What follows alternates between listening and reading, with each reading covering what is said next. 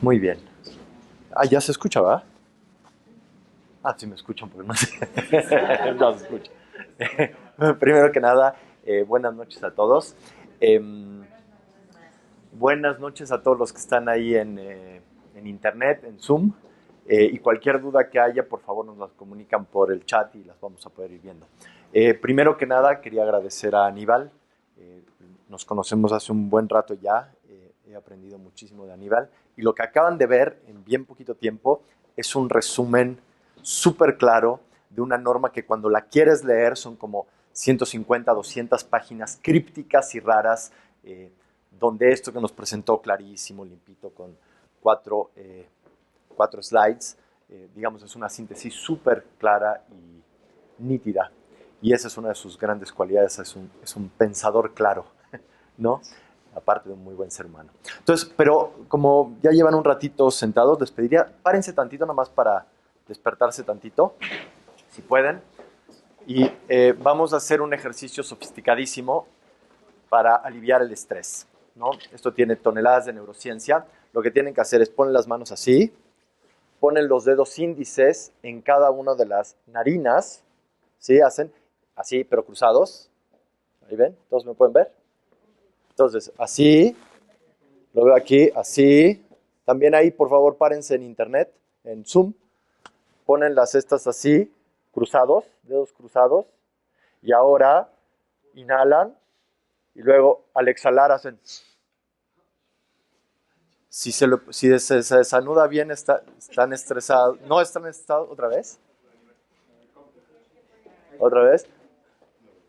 ¿Sí?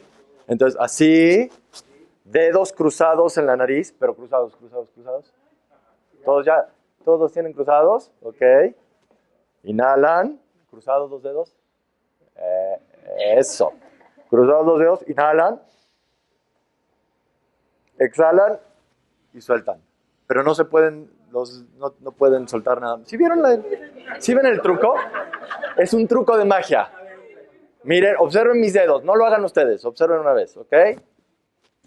Así, dedos, sin separar los dedos de la nariz, ¿ok? Qué estrés, siéntense, eso es todo. Ya no se estresar. Ya los estresé, luego les vemos cómo se resuelve. Es un problema, de hecho es un problema de topología, para los que sepan matemáticas. Ah, perfecto. ¿Un poquito más despiertos? Súper, bien.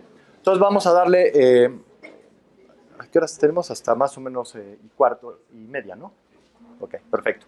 Entonces, tenemos la suerte de que Aníbal nos dio, creo, una perspectiva muy amplia de las implicaciones del estrés en organizaciones, pero me gustaría como aterrizarlo en este grupo, en la gente que nos esté escuchando y pensar brevemente cuáles son las problemáticas personales y laborales que hemos experimentado vinculadas con el estrés.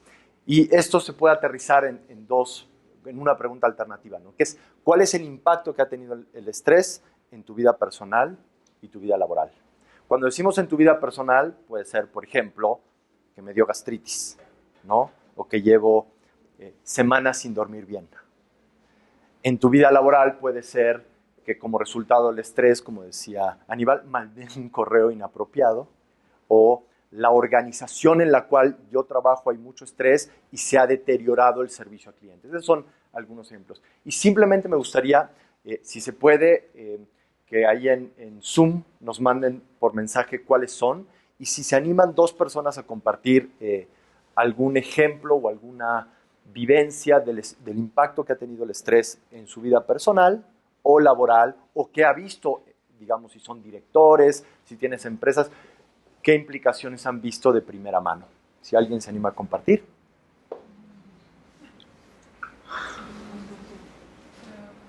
Sí. De forma personal, en un momento de mi carrera, eh, yo sentía que me iba a dar un paro cardíaco. Ajá.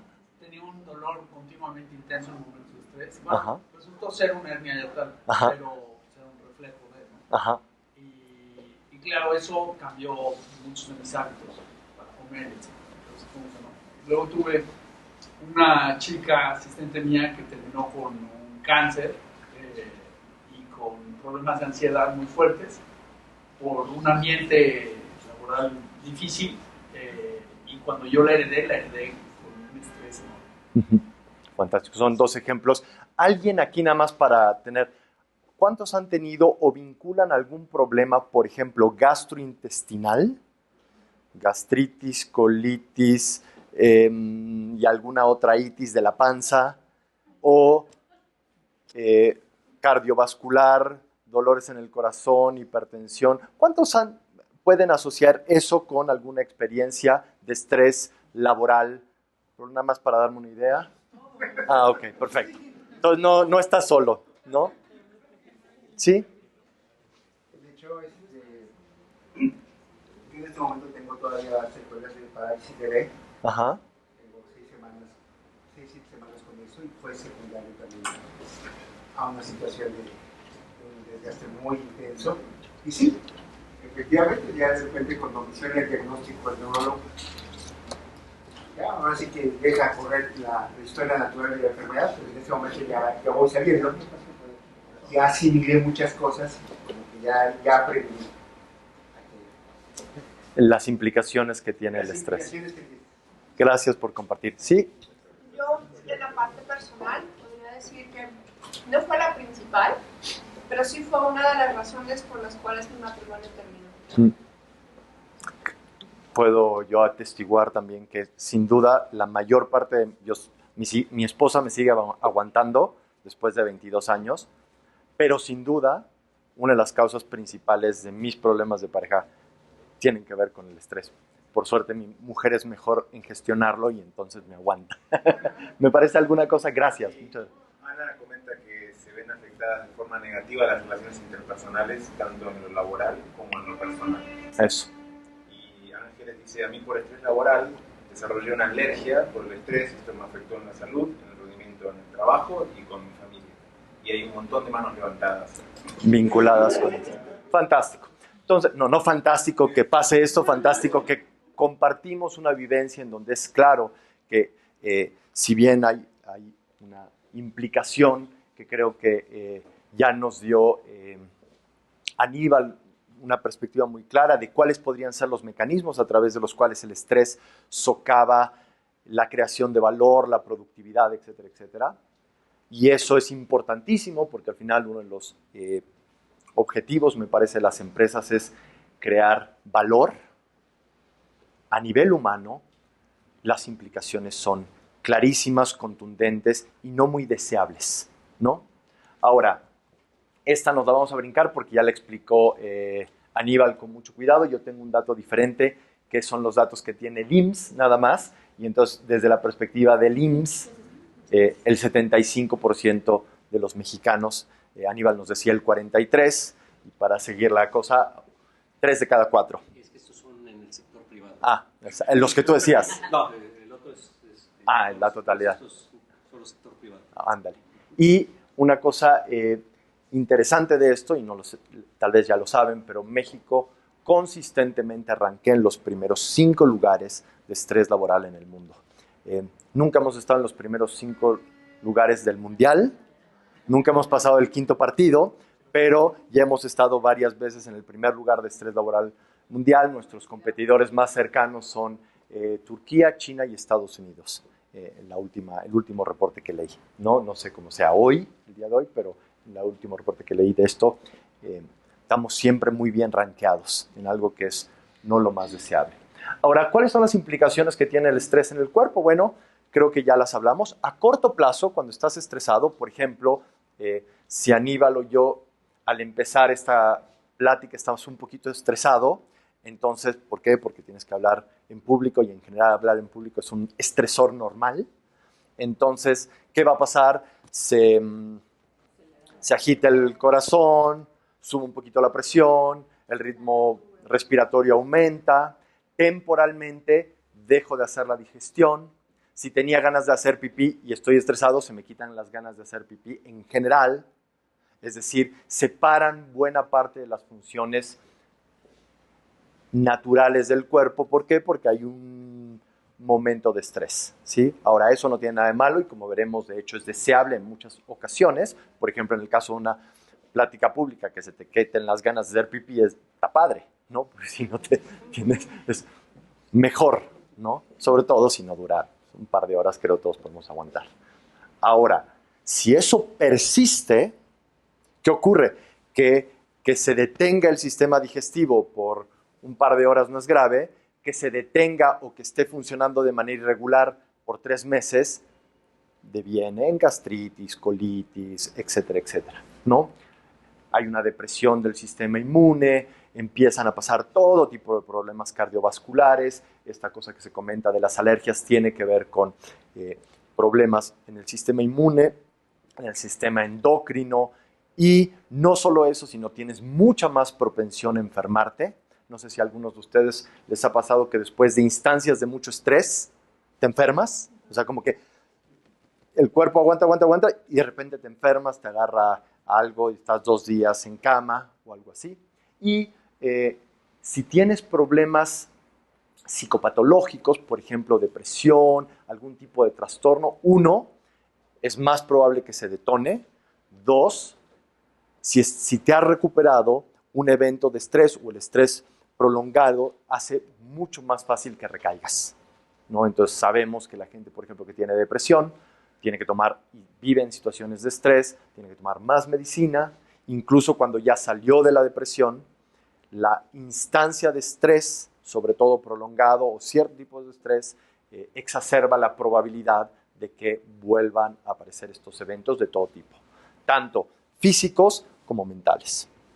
Ahora, a nivel cognitivo y emocional, el estrés nos genera dificultad para concentrarnos, no nos deja dormir o altera nuestro sueño, nos confundimos más, nos olvidamos, experimentamos ansiedad, miedo, depresión, frustración, simplemente para decir un par. En términos más técnicos, el estrés, piensan han visto que la computadora, ahora menos, pero antes podías ver cuánto del CPU estaba siendo usado, cuánto del recurso del CPU. Bueno, pues cuando estás estresado, muy buena parte de tu recurso cognitivo está peleando con el estrés. Y eso lo que hace es que no tienes recursos para pensar y resolver problemas de manera más eficiente, ¿no? En términos de la conducta, tiendes a ser menos productivo, cometer más errores, te reportas enfermo, trato brusco a clientes, a pares, a subordinados, a jefes.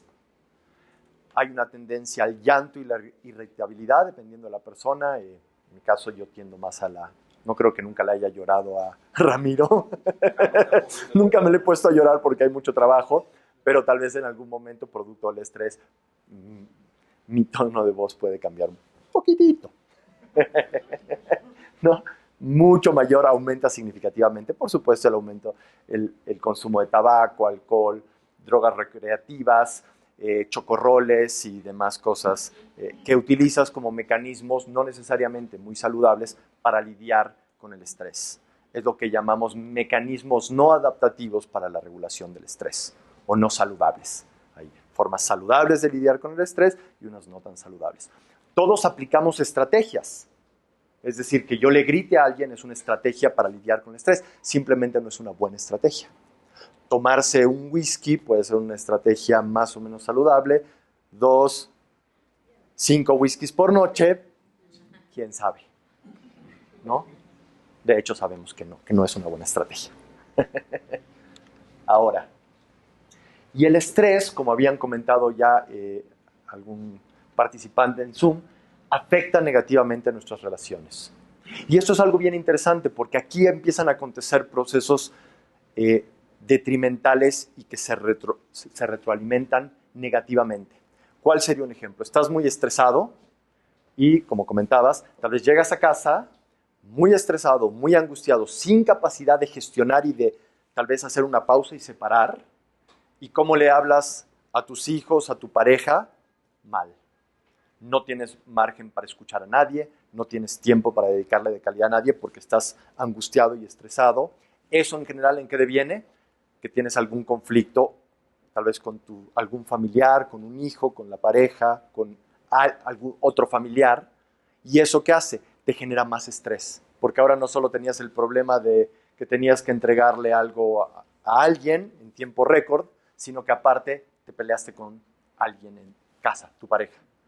Te llevas eso al trabajo y en general la mayoría de nosotros, depende, no necesariamente podemos dejar de pensar en ciertas cosas y eso te empieza a mermar tu ámbito laboral. Cuando tratamos mal a la gente en el ámbito laboral, por ejemplo, que les gritamos o casi muchas veces sin darnos cuenta tenemos maltrato con la persona, ¿qué empieza a pasar? Se deterioran la colaboración. Cuando se deteriora la colaboración y el trabajo en equipo, te sientes más aislado y que cuentas con menos apoyo. Eso te estresa más. Cuando te estresas más, tratas peor a las personas y eso te hace sentir todavía más distante y eso genera lo que se llama la cascada del burnout, en donde el estrés produce un deterioro de las relaciones que a su vez genera más estrés. ¿Se entiende lo que estoy diciendo? Por ejemplo, en ámbitos de salud, en ámbitos educativos, eso es lo que mata, por ejemplo, a los docentes. ¿Cómo matas a un docente? El docente se estresa, ya no tiene margen, se lleva mal con los niños. ¿Cómo se portan los niños? Peor.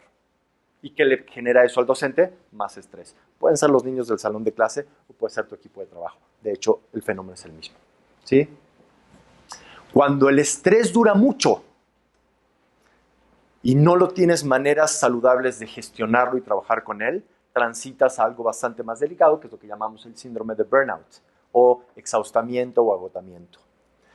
¿Cuáles son los síntomas? ¿Cómo sabemos si alguien está en burnout? Primero, agotamiento emocional. ¿Cómo se siente eso?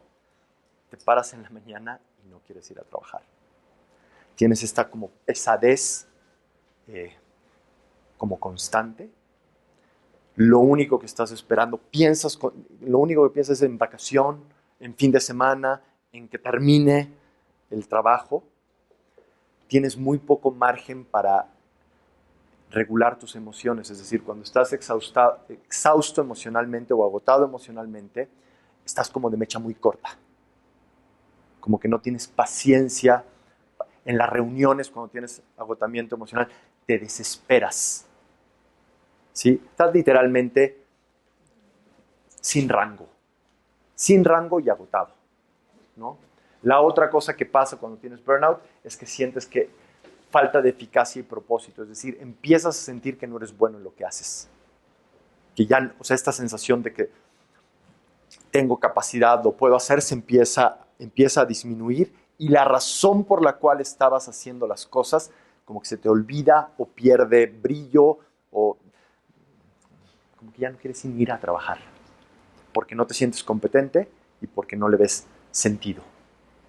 Y por último, despersonalización. ¿Qué significa eso? Que te empiezas a sentir aislado y separado de las personas. Si trabajas en un equipo, les dejas de preguntar, ¿cómo estás? ¿Qué necesitas? De ver a la gente, de tener una conversación de calidad. Si tienes que trato a clientes, se convierten como en objetos las personas y todo lo que tiene que ver con buen servicio a cliente, buen servicio en el mejor de los, ¿no? Si eres un mesero que realmente atiendes bien al cliente, si eres un vendedor que realmente conectas con la persona, eso se degrada completamente, ¿no? Estos son algunos de los síntomas. Hay una manera relativamente sencilla de evaluar si tienes burnout. Y si esto les pasó alguna vez en la vida, no se preocupen, no tienen burnout. Si lo tienes por 3 meses seguidos, más o menos, entonces ya estás en burnout y bueno, pues eso requiere un poquito más de trabajo. Es algo relativamente sencillo de trascender, pero requiere ya un trabajo más específico. ¿Hasta aquí vamos? Entonces, esta es la parte más depresiva, que es hablar un poco de cuáles son las implicaciones que tiene el estrés. Ahora,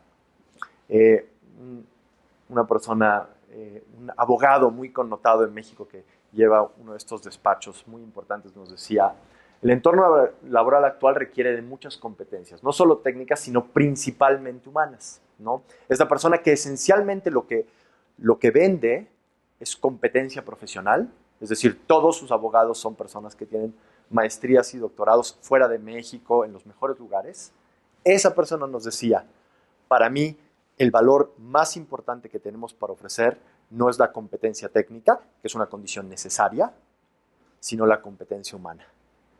Y aquí viene, creo, la pregunta, una de las cuales, poder gestionar tus emociones, poder lidiar con el estrés de una manera saludable para que eso no repercuta negativamente ni en ti ni en los que te rodean, que puedas resolver conflictos de manera sana, que puedas perseverar y mantenerte, etcétera, etcétera. Ahora, la pregunta interesante es la siguiente.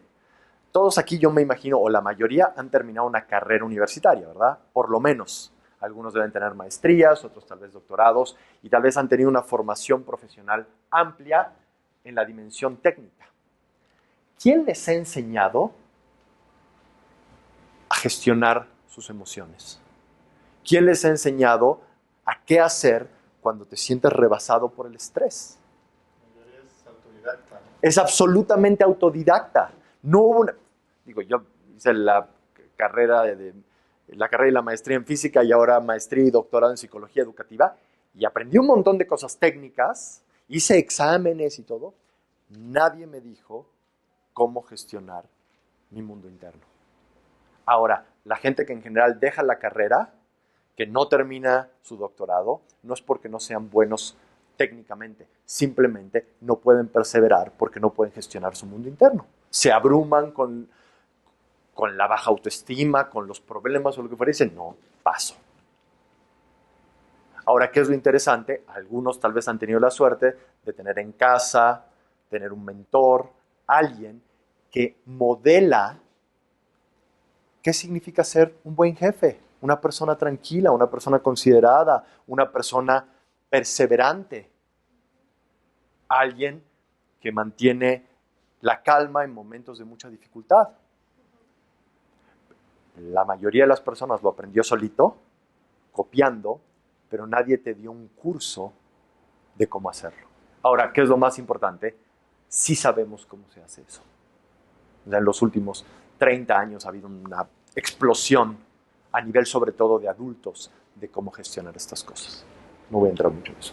Entonces, justamente, dentro de todas las competencias humanas que nadie nos ha enseñado a desarrollar necesariamente de forma explícita, una de ellas es el estrés, la regulación emocional, y entonces, viendo la problemática que hay, el dolor que este produce para los seres humanos y también las implicaciones de productividad para las empresas, aunque les soy franco, yo soy como el arquitecto de este programa, la verdad no estaba pensando principalmente en aumentar la productividad, estaba pensando en ver cómo hacemos para aliviar el dolor innecesario que experimenta la gente producto del estrés autocreado.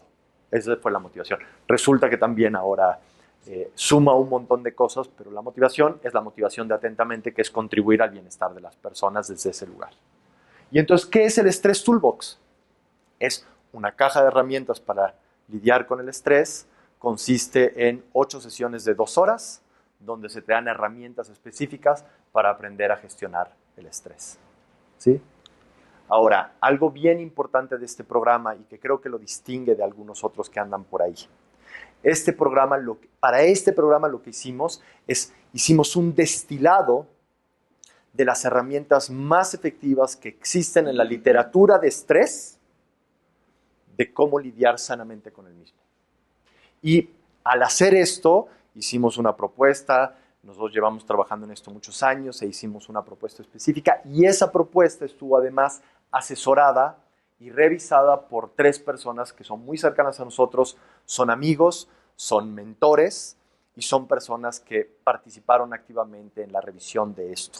La primera persona es mi tutor de doctorado, el doctor Richie Davidson, que es uno de los neurocientíficos más famosos, sobre todo es uno de los padres de la neurociencia de las emociones, la neurociencia del bienestar. Entonces, ¿eso qué garantiza? Que el material tiene un respaldo neurocientífico de primer nivel.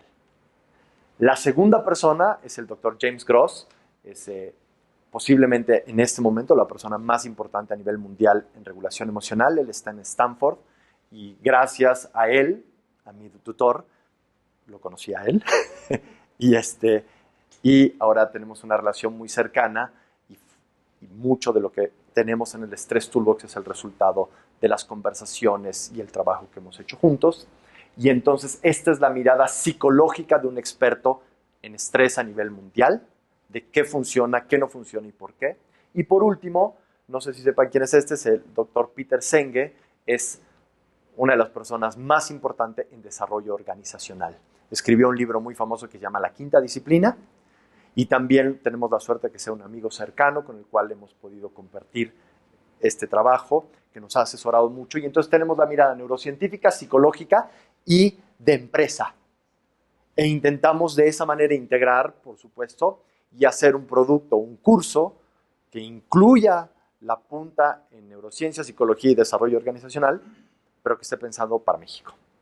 ¿Por qué? Porque somos mexicanos, porque aquí vivimos y porque los mexicanos somos diferentes a los gringos, ¿no? En la cultura, a los gringos, ¿no? Somos diferentes. Y la manera en la cual, si bien hay cosas muy similares, hay ciertas cosas que tienen que ver con la cultura, con nuestras particulares fortalezas y limitaciones. Voy a decir un par de cositas sobre el estrés. La primera cosa es que el estrés es algo natural y evolutivo, está condicionado evolutivamente. Es decir, la evolución desarrolló esta respuesta de estrés. Aquí pueden ver, es un chita y una gacela. ¿Quién creen que es el estresado ahí? La gacela. De hecho, muchas veces cuando pregunto eso, la gente dice, no, pues también el chita, porque si no se la come se estresa porque no lleva la papa a casa, ¿verdad? Ahora, en la literatura de estrés, este es el estresor, este es el estresante, o el estresado, perdón. Y gracias a que la gacela está estresada, tiene muchas más posibilidades de pelarse. Temporalmente toda la sangre se va a las piernas, sus sentidos se ponen mucho más agudos, definitivamente no gasta energía en hacer la digestión, porque si no va a ser la comida de... ¿Y qué es lo importante aquí? Que este evento de persecución, de estrés, en general no dura más de 5 a 10 minutos. Es súper efectivo para, ya sea que incluso si se tuviera que dar la vuelta e intentar pelearse, que no es lo que hace una gacela, pero es una estrategia súper efectiva de supervivencia. ¿Sí? El desenlace de esto es que la gacela se le pela, el chita queda exhausto y la gacela puede estar a 40 metros del chita que está tirado en el piso y la gacela puede estar comiendo a 40 metros del chita completamente tranquilo, igualito como estaba antes de que la empezaran a perseguir, completamente tranquila. O hay un desenlace más triste, por lo menos para la gacela, se la comen, en cuyo caso 10 minutos también está descansando, pero en paz, ya no tiene funciones. ¿Sí? Ahora, ¿cuál es el punto? Nosotros tenemos esa misma respuesta de estrés ante algo que sentimos que nos amenaza. ¿Cuál es la diferencia? Que los seres humanos nos podemos estresar con un tigre o un chita que te persigue en la cabeza. La diferencia es que desde el punto de vista de la fisiología del estrés, no hay distinción si hay un tigre real o es un problema laboral. Y con el pensamiento puedes mantener una instancia de estrés por días. Y entonces el cuerpo está reaccionando para algo que está diseñado para periodos cortos por un periodo larguísimo, ¿no? Hay un libro, si tienen interés, de uno de los grandes primatólogos y neuroendocrinólogos que estudia el estrés, que se llama ¿Por qué las cebras no tienen úlceras? Y las cebras no tienen úlceras porque su estrés dura poquito. Y nosotros tenemos úlceras porque nos podemos estresar solo con lo que pensamos. El estrés laboral, la gran mayoría de todo el estrés que experimentamos, no tiene que ver con una amenaza inminente, como cuando nos dijo Aníbal que te ponen una pistola en la cabeza, sino con una constante de amenazas que construyes en tu cabeza que ni siquiera te das cuenta y que no puedes parar. Que no nos deja dormir, que la traes todo el día. ¿Sí?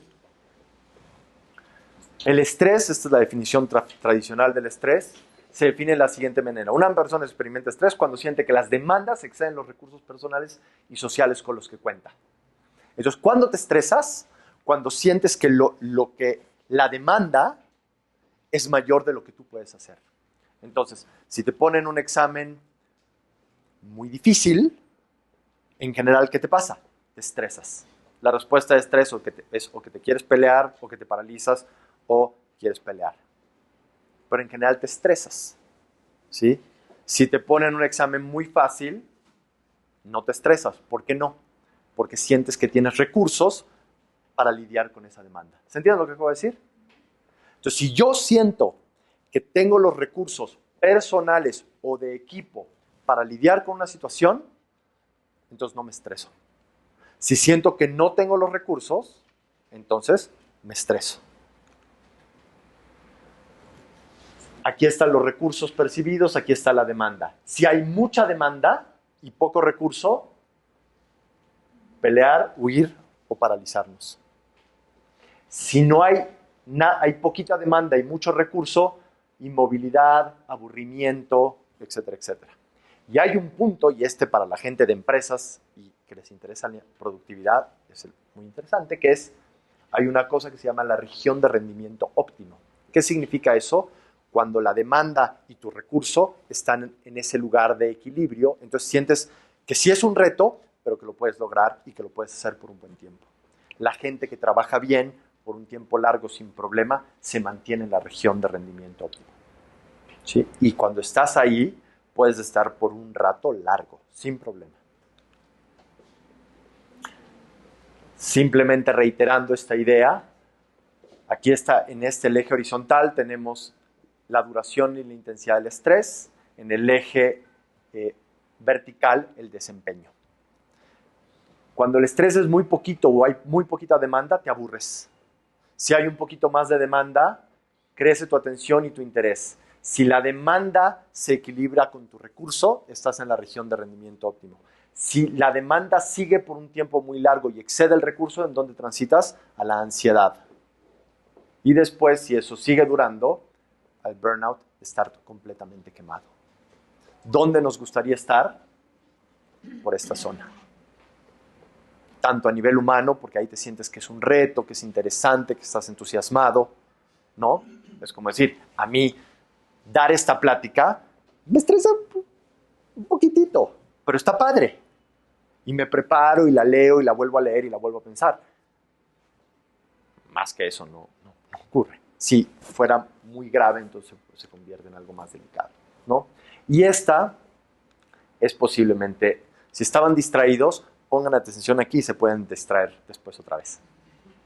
Ok. Este es un mar picado, ¿verdad? Con unas olotas. Los que no sepan nadar muy bien, imagínense cómo se sentirían si los aventamos aquí, sin salvavidas. ¿Cómo creen que se sentirían? Estresados. Harto estresados posiblemente, aterrorizados, angustiados. ¿Por qué? Porque la demanda excede tus recursos, tus capacidades. ¿Sí? Yo creo la mayoría, si nos echan aquí, ¿qué experimentaríamos? Angustia y estrés. Ahora, ¿qué me dicen de este chavo? ¿Lo ven? ¿Creen que también está estresado? No, ¿verdad? ¿Qué emociones creen que está experimentando esa persona? Adrenalina, entusiasmo. ¿Qué más? Gusto, disfrute, emoción, reto. Como puras cosas, ¿eh? Lo busca y está contentísimo. Que puede hacerlo. Ahora, la pregunta más importante es la siguiente. ¿Qué nos distingue a nosotros del surfer? El surfer está pasándola a todo dar, ¿verdad? Pero nosotros, si nos echan aquí, no. ¿Cuál es la diferencia? Las capacidades, los recursos, las habilidades, ¿no? Él tiene la habilidad, el recurso y la capacidad para transformar esta situación en una padre, en una significativa, en un reto interesante que le genera emoción y hasta debe estar diciendo, estoy creciendo como surfer, estoy fantástico. Y aquí, por favor, así como dijo, si se tienen que llevar algo de esto. ¿Cuál es la diferencia? ¿Es el mar o es la persona? Es la persona. No es, el mar es exactamente el mismo, ¿verdad? El mar picado es exactamente el mismo. ¿Cuál es la diferencia? Si la persona tiene o no tiene las capacidades y los recursos y las habilidades para poder lidiar con esa situación de una manera diferente y más padre. ¿Sí? El mar, ¿qué representa? Tu vida. Tu vida laboral, los retos, las enfermedades, lo que le pasa a tus hijos, lo que le pasa a la situación económica del país, etcétera, etcétera. Si no tienes las habilidades para gestionar eso, te estresas, te angustias, todo lo que ya comentamos. Pero si tienes las herramientas y las habilidades para gestionarlo, entonces la misma situación que hoy te rebasa, la sorfeas con una sonrisa en la boca y con mucha emoción. Ahora, todo el chiste del Stress Toolbox es darles las herramientas para eso.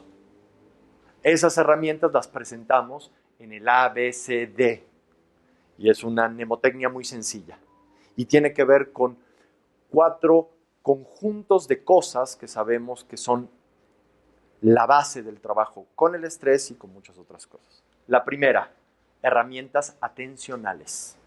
Aprender a estar atentos, a calmarnos, a poner nuestra atención en otra cosa. Por ejemplo, dejarle de prestar atención a un pensamiento que te tortura y saber qué hacer con eso. La B es de bondad. Son herramientas de relación, la empatía, la gratitud, la posibilidad de escuchar a otros, ¿sí? De generar relaciones más saludables. La C, claridad.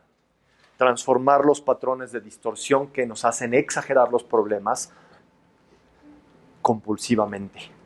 Para los que han estudiado un poquito de psicología o saben de psicología, estas son herramientas cognitivo-conductuales, ¿no? Que vienen de la terapia cognitiva-conductual esencialmente. Y por último, la D de dirección, que tiene que ver con propósito, significado, dirección en la vida, etcétera, etcétera. Estas 4 elementos, estos 4 grupos de herramientas, sabemos que son maleables durante toda la vida, que se pueden entrenar y desarrollar durante toda la vida. Desde la perspectiva neurocientífica, puedes entrenar tu atención, por ejemplo, puedes ser una persona más empática, más generosa, más bondadosa, puedes transformar tus patrones de cognición y de evidenciarlos y transformarlos, y puedes cultivar un sentido más hondo de propósito, de significado y de valor en tu vida. Alinear tus valores más íntimos con lo que estás haciendo y trabajando. Y eso, lo importante es que es algo que podemos cambiar y entrenar durante toda la vida. ¿Sí? Ahora, estas mismas, entonces, A, B, C, D. La D es de dirección, la B, la C, y la A, claridad, atención. Atención, bondad, claridad y dirección. Resulta, y esto para que Ramiro no diga que no hacemos algo de negocios, compra uno y llévate 4 gratis. ¿Qué significa esto? Las herramientas atencionales, las herramientas de bondad, las herramientas de claridad y de dirección que te sirven para lidiar con el estrés, de hecho son exactamente las mismas herramientas que te ayudan al liderazgo, que te ayudan a mejorar tus relaciones, que son la base de la resiliencia y la regulación emocional y del bienestar interno, lo que se llama bienestar psicológico o bienestar eudaimónico. Entonces, ¿cuál es el chiste? Nosotros presentamos una herramienta, haz de cuenta como un desarmador, y con el desarmador te digo, mira, con este desarmador vamos a resolver el problema de que tienes una silla rota. Resulta que una vez que tienes el desarmador, lo puedes usar para arreglar todos tus muebles, para conectar la luz y para un montón de otras cosas. Usamos la herramienta inicialmente para trabajar con el estrés, pero la misma herramienta es la base de tu bienestar. Y eso es lo que nos parece más importante, que trabajas con una cosa específica y después la puedes extender a todo lo demás, ¿no? ¿Hasta aquí vamos? Ok, ya falta poquitito, ya me lo termino. Algunos de los beneficios. Entonces, primer beneficio que no está escrito, y yo la verdad dije, pues es el más obvio. Se reduce el estrés. El primer beneficio de tomar este curso es que tu estrés disminuye. Hemos hecho esto por muchos años, lo hemos medido con cuidado, lo hemos hecho en lugares de muy alta demanda y lo hemos medido de manera rigurosa y tenemos efectos muy grandes en la reducción del estrés, muy por encima de la media de la literatura, de las investigaciones de estrés. Como nos decía Aníbal, cuando se reduce el estrés, cuando las personas se regulan mejor, cuando están más tranquilas, entonces tenemos colaboradores más efectivos. Pueden lidiar más eficientemente con su mundo interior y sus emociones y más eficazmente con quienes los rodean, sus clientes, sus colaboradores. Son más productivos y competitivos y hay menos problemas de salud y síntomas fisiológicos. Hay más foco y perseverancia. Un trabajo bien importante en la parte de dirección tiene que ver con retomar tu sentido de propósito, tu motivación intrínseca. ¿Qué quiero hacer y cómo eso se alinea con mi trabajo? Cómo mis valores más importantes se alinean o no con lo que estoy haciendo. Cuando eso ocurre, pues entonces tienes gente con más foco, con más entrega, que trabaja mejor y se mantiene. Y una de las cosas que sabemos de la perseverancia es que se requiere que tengas una meta clara, que tú generaste, y dos, que tengas mecanismos para enfrentar los obstáculos, sobre todo los internos.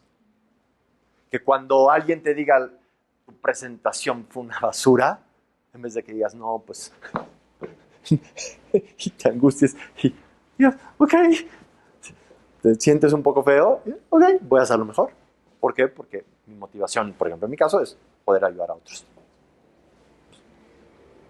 ¿No? Si tienes más herramientas, más fácil te recuperas, más rápido te recuperas y en general te resulta fácil. Y creo que la gente sabe que los mejores trabajadores no necesariamente son los que son así muy competentes de corto plazo, sino son la gente que se puede mantener en algo por un buen rato, ¿no?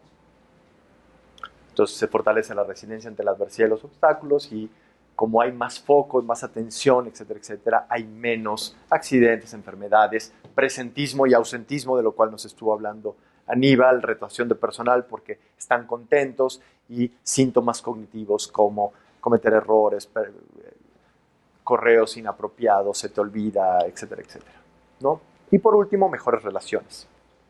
Disminuye el trato brusco y otros trastornos sociales para extenderse mejor hacia otros. Si hay servicio al cliente, nos tratamos mejor. Al interior del trabajo, por supuesto, mejor el clima laboral, la colaboración y ese es uno de los mecanismos a través de los cuales mejora la productividad y también favorece la responsabilidad y el sentido social, porque mucho lo que tiene que ver con esta cuestión de, por ejemplo, del cultivo de la empatía y todo eso, y la dirección nos acerca a naturalmente querer ayudar a otros, a nuestra comunidad, a nuestro país, etcétera, etcétera. ¿Sí? Entonces, esencialmente, ¿qué es lo que qué proponemos con este Stress Toolbox? Básicamente, un curso, una intervención que busca aliviar el estrés en las personas, darles herramientas para poderlo gestionar de manera más saludable, de manera tal que puedan tener vidas más plenas y puedan trabajar más contentos. Y cuando decimos más trabajo, pues una mejor cultura, mayor respeto y que esto se alinee con los valores de la organización. ¿Qué damos? ¿No? Y aquí es como una cosa más práctica.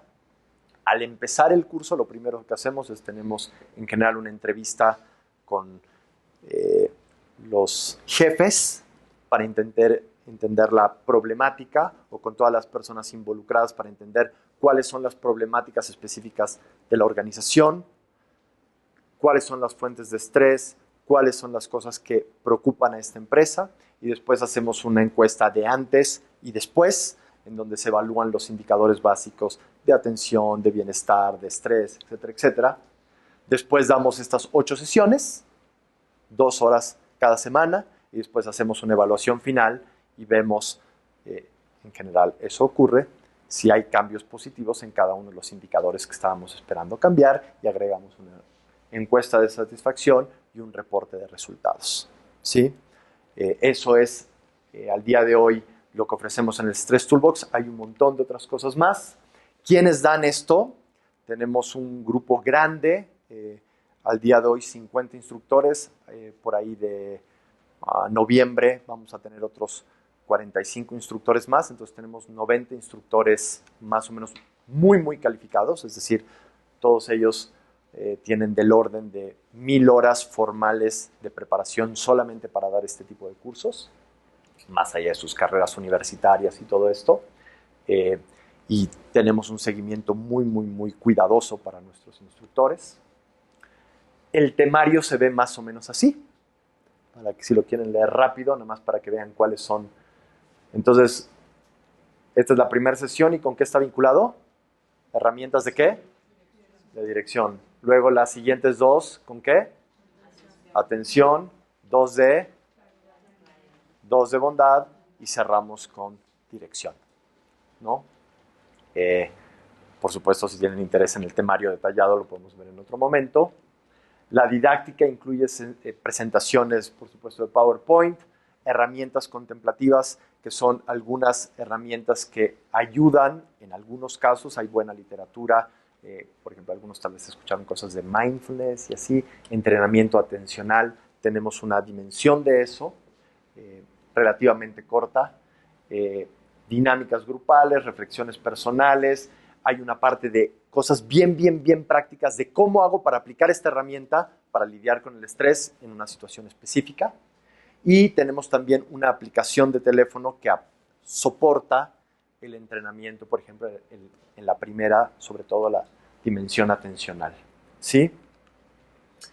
Así se ve, si quieren, tenemos, en general ofrecemos, dependiendo, un manualcito, ¿no?, de trabajo, donde tenemos, por ejemplo, las actividades para que las reflexiones y después lo discutes, y aquí están un listado de las herramientas que aprendiste en esa sesión y cómo las puedes aplicar a lo largo de la semana, ¿no? Y entonces la idea es que sea súper práctico, o sea, que digas, ok, aprendí esto, ¿cómo lo voy a llevar a mi vida? ¿Cómo me va a aliviar el estrés? ¿No? También tenemos este tipo de herramientas que son planes semanales en donde se establecen metas y cómo las voy a cumplir, sobre todo para, en principio, aliviar el estrés, ¿no? Esta parte ahorita creo que no es relevante, ya la platiqué, pero tiene que ver con cómo evaluamos. Entonces tenemos una evaluación de 28 preguntas antes y después, que te permite ver las diferentes componentes: resiliencia, liderazgo, relaciones, atención, bienestar, estrés y agotamiento laboral. Son las cosas que medimos. ¿Y para quiénes damos esto? Para alta dirección y mandos medios. Entonces, algunos de los cursos que damos los estamos dando, yo que sé, para la alta dirección de un grupo muy grande en México, ¿no? Y entonces están el CEO, el CFO, el sí no sé cuántos O's, todas las letras que no sabes, muchas VP de no sé qué, para todos esos. Y así como damos grupos para ellos, damos grupos para un grupo, un restaurante, no sé exactamente, un grupo culinario tal vez sea la palabra, que tiene, yo que sé, 200 empleados, ¿no? Y entonces, pero eso incluye el lavalosas y el hostess y el chef, y todos juntos tomando el curso. A veces los damos separados, el personal operativo y el directivo, y a veces, cuando hay interés en integrar a los equipos, los damos juntos. Hay algunas diferencias que hacemos, sobre todo porque si estás dándole un curso a gente que tiene maestrías y doctorados, tal vez lo enfocas de cierta manera y enfatizas ciertas cosas. Si estás dando un curso a gente que no ha terminado la secundaria, lo presentas de una manera alternativa. ¿Sí? Entonces, con eso termino formalmente con... Ya me pasé. ¿Sí? Ah, no, más o menos. No, era justo, más o menos. Quedan tal vez unos minutitos más. Pero no quisiera... yo ya he hecho un rollote. Entonces, quisiera que haya un poquito de espacio, por lo menos, para preguntas, para aclarar dudas. Por supuesto, eso nos incluye a Aníbal y a mí. Antes de pasar a las preguntas, Leandro, me gustaría nos lleves por un ejercicio. Ajá. el que tú consideres. Ajá. Ayer tocó el de pasar de la cabeza al oído. Ajá. Creo que funcionó muy bien, pero yo creo que valdría la pena ¿Un ejercicio? que sintiéramos estos Órale, ok. ejercicios. Si les interesa alguna herramienta, ok. Entonces, ¿hacemos eso? Ok. Bueno, entonces, básicamente, ¿cuál es el chiste? Muchos de nosotros somos agobiados por nuestros pensamientos estresantes. ¿No es así? Es decir, el pensamiento, de hecho se llama pensamiento compulsivo, está ahí todo el tiempo y parecería que no puedes dejar de pensarlo, ¿no? Eso es lo que muchos de nosotros no nos deja dormir y es lo que nos tortura y nos estresa por periodos largos. Una primer manera muy sencilla de trabajar con ese pensamiento es reconocer que no es necesario que le pongas atención y darte cuenta que el pensamiento solo tiene fuerza en la medida que tú, consciente o inconscientemente, le prestes atención. ¿Hasta ahí vamos? Entonces, ¿la herramienta en qué consiste? En darte cuenta que voluntariamente puedes poner tu atención en otra cosa. Y cuando descubres eso, puedes decir, voy a poner mi atención en otra cosa en vez de en un pensamiento compulsivo. Entonces, el ejercicio es muy sencillo. Si quieren, pónganse derechitos, por favor. La espalda derechita es un poco más fácil. Y entonces, lo único que vamos a hacer es, yo les voy a preguntar si pueden notar algo y ustedes me van a decir si sí o si no pueden, ¿ok? Entonces, la primera pregunta es si pueden notar lo que sienten en la planta del pie izquierdo, la sensación, lo que se siente. Si no sienten nada en particular, pueden mover tantito el pie. ¿Sienten algo? Okay. ¿Pueden notar lo que sienten en la planta del pie derecho? ¿Sí? Ok. ¿Pueden notar lo que sienten en la palma de la mano izquierda? ¿Sí? Okay. ¿En la palma de la mano derecha? ¿Sí? ¿En el omóplato izquierdo? ¿En la parte de atrás de la espalda, más o menos en el omóplato? ¿Sí? ¿En el omóplato derecho? ¿En la planta del pie derecho?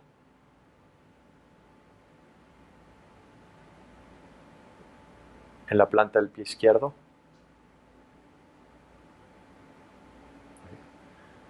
¿Pueden notar lo que sienten en las fosas nasales? Por ejemplo, ¿pueden notar la inhalación y la exhalación en las fosas nasales? ¿Pueden notar por qué fosa nasal está entrando más aire? ¿Pueden notar cuando el aire está más caliente, si cuando entra o cuando sale?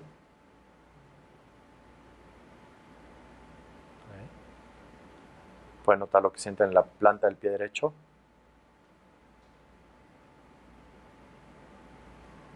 ¿Pueden escuchar los sonidos?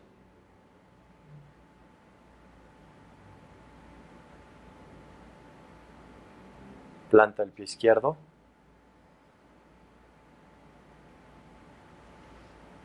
¿Se pueden acordar de cómo es su cuarto en donde durmieron anoche, por ejemplo? ¿Cómo era el cuarto? ¿Sí? ¿Qué muebles había? ¿Cómo están? ¿Dónde están las ventanas? Si había ventanas. ¿Sí? ¿Ok? Planta del pie derecho.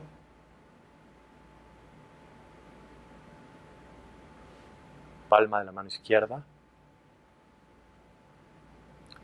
Palma de la mano derecha.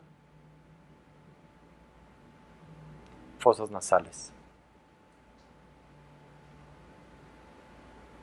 Y ahora vean si pueden mantener su atención ahí, en las fosas nasales, simplemente notando la inhalación y la exhalación.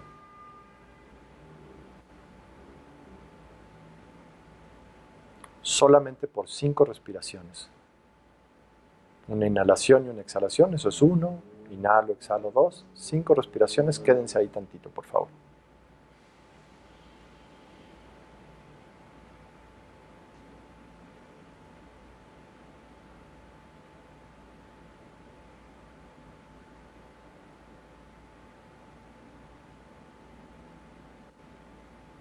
Si la atención se va a alguna otra cosa, eso es normal. Regrésenla voluntariamente a las fosas nasales.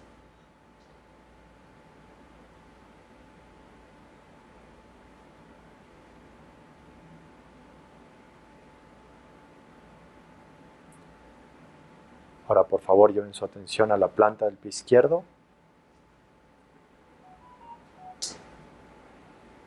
A la planta del pie derecho.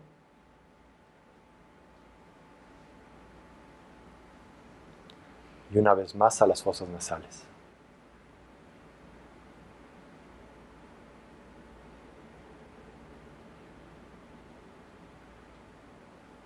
Y solo intenten descansar la atención ahí en las fosas nasales.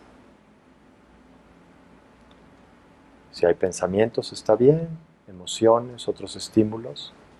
Simplemente preferimos quedarnos ahí. No bloqueamos nada.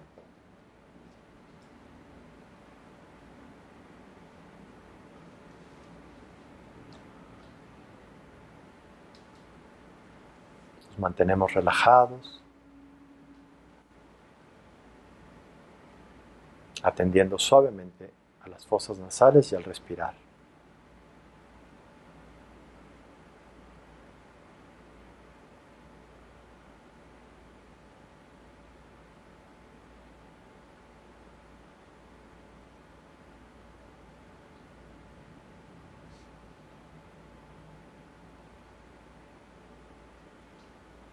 Y a través de no engancharnos con los pensamientos, con otras cosas, dejen que la mente solita se calme, recobre su centro.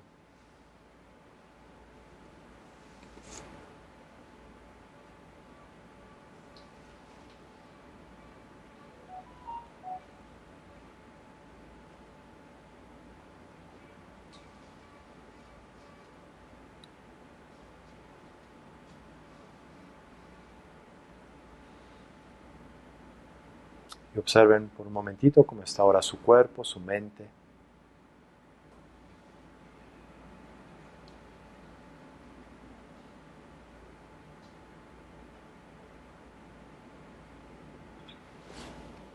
Y reconozcan que siempre tienen la oportunidad de dejarle de prestar atención a sus pensamientos y poner su atención en algo simple como el respirar.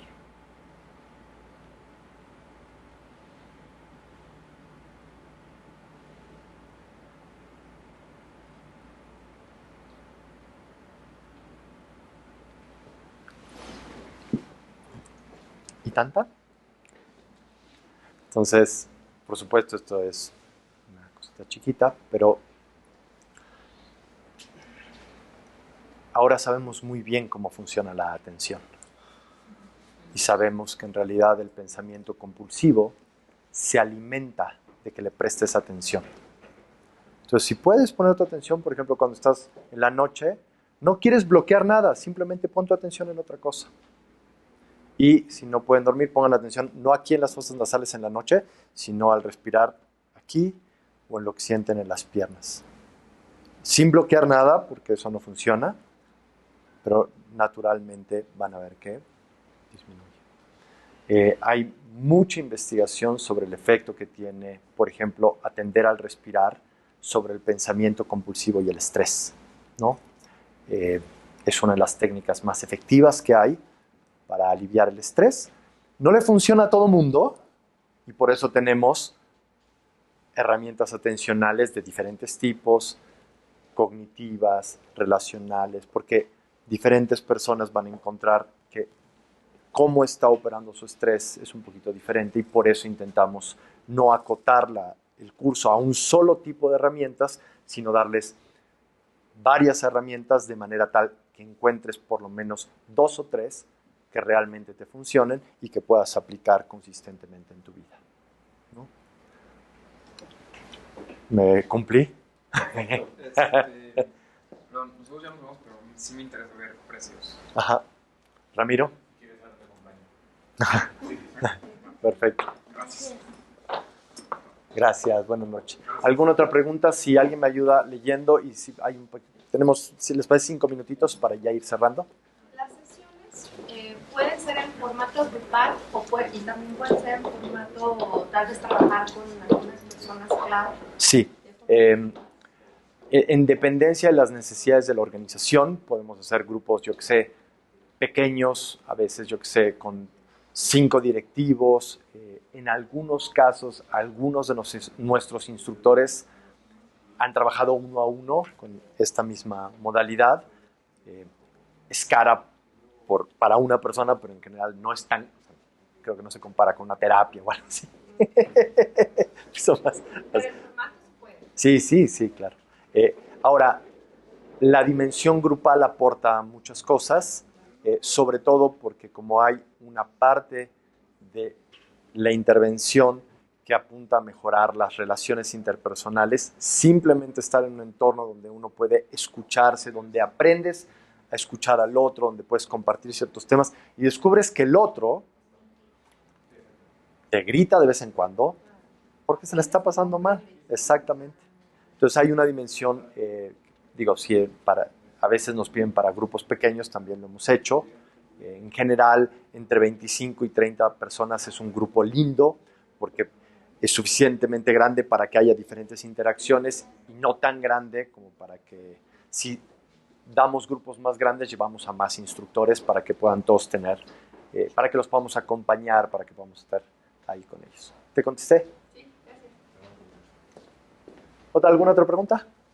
¿Sí? El grupo ideal es de 25-30 y los operativos son alrededor de 120, sería como 4 grupos. Yo recomendaría 4 grupos de 30, pero por ejemplo, ahí Ramiro tal vez me regaña, pero por ejemplo en este lugar que son 200 trabajadores, de los cuales 180 son operativos, y sí, estamos haciendo grupos de 60 personas más o menos, pero van 3 instructores, ¿no? Y entonces funcionan bien, tenemos buena experiencia y se puede encontrar. ¿Ahí cómo integras mandos con...?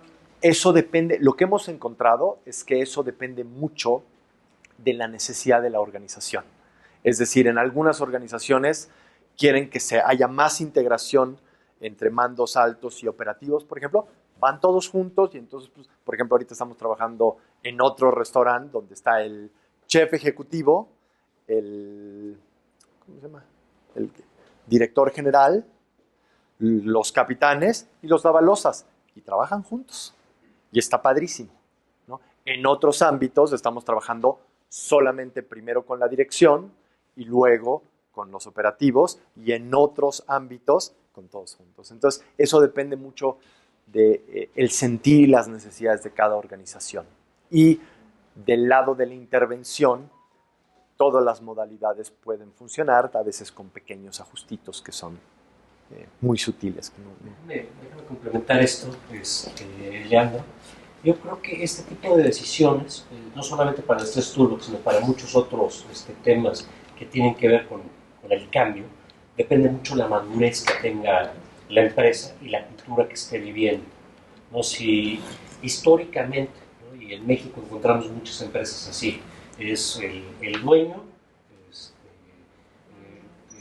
la gente del dueño y los demás, querer mezclarlos de golpe, más que fomentar el lado positivo del cambio, lo va a obstaculizar, ¿no? Ahí habría que ver realmente qué cultura tenemos, si ya estamos acostumbrados a convivir de manera natural entre los distintos, no voy a hablar niveles, voy a hablar de grupos, ¿no? Porque también muchas veces una de las preguntas es, oye, ¿puedo meter a los de finanzas con los comerciales y los de operaciones? Pues a lo mejor no, porque ya tenemos probado que en las juntas de SNOP siempre se agarran a golpes, ¿no? Entonces yo creo que es una consideración importante cómo trabajamos y a qué estamos acostumbrados, e inclusive también de repente plantearlo para decir, oye, también quiero que esto me ayude como un proceso de integración para la empresa, que sería fabuloso, ¿no? Y los ejercicios realmente lo permiten. Si es, perdón, paréntesis y alargándome en esto, la experiencia que yo viví al tomar esto me ayudó, sí, en lo personal, pero también a darme cuenta cómo el estrés y su gestión me ayuda también a cambiar la relación con con otros. Entonces, inclusive en alguna sesión le preguntaba a Leandro, oye, ¿y esto cómo lo llevo para un proceso de venta? ¿No? Y sí, el proceso de venta fue distinto aplicando las herramientas. Entonces, vale la pena. Tengo una pregunta de aquí, compañeros a la distancia, dice, ¿qué tanta resistencia han visto con los tomadores de decisiones para ofrecer tus cursos y de qué manera podemos hacer para que se concienticen de que no solo es un rollo normativo, sino también de crecimiento humano? ¿Quieres decir algo? Sí. Yo creo que lo primero es invitarlo a que venga una sesión como esta para que nos escuche, ¿no? ¿Por qué?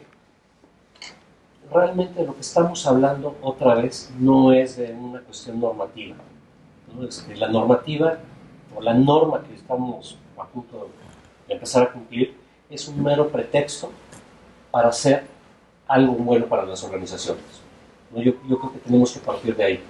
El tema de la norma es una estructura que debemos de cumplir, pero tenemos que entenderla con unos ojos distintos, no desde la imposición, sino desde una estructura con la cual podemos construir valor, ¿no? Y realmente trabajar en el estrés, ¿no? Al igual que las herramientas se han venido trabajando desde hace muchos años, el alinear a las personas, habilitar a las personas y unirlas con la perspectiva de diseño de empresa, también se ha probado desde hace muchos años que es la forma de generar más productividad, de generar colaboración en el trabajo, de generar retención de empleados, es decir, reducir la rotación y de crear realmente un clima laboral adecuado. Y eso se traduce en ventas y en ganancias. Lo firmo. Y solo para complementar, en general, nuestra experiencia en términos como que le llaman el buy-in, ¿no? O sea, qué tanto interés hay. En general hay una apertura, ya sea porque hay una curiosidad con la 035 o una problemática de la organización o de los individuos que están transitando por muchísimo estrés y hay una necesidad. Y el siguiente paso es que como resultado del curso, en general, se ven efectos como muy notorios en términos de cómo se siente la gente, cómo se vincula con las dificultades, y eso hace, sobre todo cuando lo hacemos con la dirección, que se vea en esto una necesidad ya para el resto de la organización, ¿no? Entonces empieza como por algo, como una cosa así, bueno, vamos a empezar, vamos a ver, y en el momento que los directores toman el curso dicen, fantástico, solo para narrar una historia de esto. Nosotros, el papá de este curso, que se llama Trabajar y Vivir en Equilibrio, que es una versión más extensa y menos enfocada en estrés, lo dimos, una de sus primeras iteraciones con evaluación la dimos en la Secretaría de Hacienda, para un grupo piloto de 90 personas. Hicimos una evaluación con grupo de control para poder ver efectivamente los efectos en el bienestar, el estrés, etcétera, etcétera. Una de las personas que tomó la intervención, que tomó el curso, era la que en ese momento era la directora de recursos humanos de toda la Secretaría de Hacienda. Se imaginarán el estrés y la vivencia cotidiana de esta persona, que era una persona muy brillante, muy enojona, muy iracunda tal vez. Empezó a hacer este ejercicio del así, y alguna otra cosa más tal vez, y se transformó completamente. Se transformó, cambió completamente su estar, su forma de trabajar, su forma de vincularse con otros, y siendo la directora de los recursos humanos de la Secretaría de Hacienda, dijo, todo mi equipo toma el curso. Y entonces era una persona que entró simplemente porque se hizo una propuesta para recursos humanos y ella quería validarla, muy escéptica, decía, esto a mí no me va a ayudar ni de chiste. Y se la transformó totalmente. Y entonces, en términos de contestando a la pregunta, creo que las condiciones empiezan a ser mejores. Hay pilas de evidencia científica de que esto funciona, no es como magia ni cosas raras, es neurociencia de punta, es psicología de punta, son ciencias cognitivas de punta para aliviar un problema humano, ¿no? Y entonces en ese sentido creo que eso es lo que tendría que decir.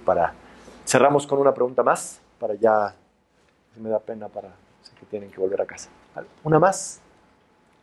¿Qué tanto ustedes integran en sus dinámicas bueno, ahorita que nos pusiste esto de ejercicio de respiración y enfoque, en el lugar donde nosotros estamos trabajando, metimos o implementamos ejercicio físico. Ajá. Entonces ha resultado bastante favorable. Hemos hecho intervenciones a lo largo del día, durante 3 días a la semana. Bueno, en realidad son los 5 días, ¿no? Porque metemos 3 días de activación física durante 5 o 10 minutos y también tenemos clases grupales de ciertas disciplinas. Ajá. Y hemos visto resultados muy favorables, sobre todo porque trabajamos con personas que todo el tiempo están metidas en la computadora. Son químicos, son médicos, son personas que todo el tiempo están allí pegados, ¿no? En la computadora, y entonces yo trabajo con toda la parte física y estoy en el área de capital humano y de desarrollo organizacional, y bueno, fue como una propuesta. Entonces, ¿qué tanto ustedes también hacen como esa dirección un poco a las empresas, ¿no? Como al ejercicio físico como tal? Entonces, gracias por el comentario, la pregunta. En términos de la intervención en sí, no tiene una componente física, es decir, no es que en un momento nos ponemos a hacer, ¿no? Que sería bueno, ¿no? Y de hecho, se recomienda, sobre todo, por ejemplo, en las primeras etapas, es cómo calmarte. Una de las maneras de calmarte es hacer ejercicio, ¿no? Ahora, nosotros no damos un programa de ejercicio, podemos hacer algunas recomendaciones, etcétera, etcétera, pero no es ese el foco. Ahora, en términos de gestión del estrés, lo que nosotros hicimos fue agarrar las herramientas que tienen más evidencia de ser muy, muy, muy efectiva para la gestión del estrés, es decir, que tienen los efectos más grandes, y esas fueron las que empaquetamos en herramientas, ¿no? La recomendación, de hecho, de alimentación y ejercicio y sueño, que son las 3 áreas que tienen que ver, son importantes para la regulación emocional y para el estrés, simplemente las nombramos, ¿no? Pero no damos un plan, y para aquellos que así lo hagan, pues les recomendamos que tomen. ¿Sí? Gracias. Bueno. Si quieres, para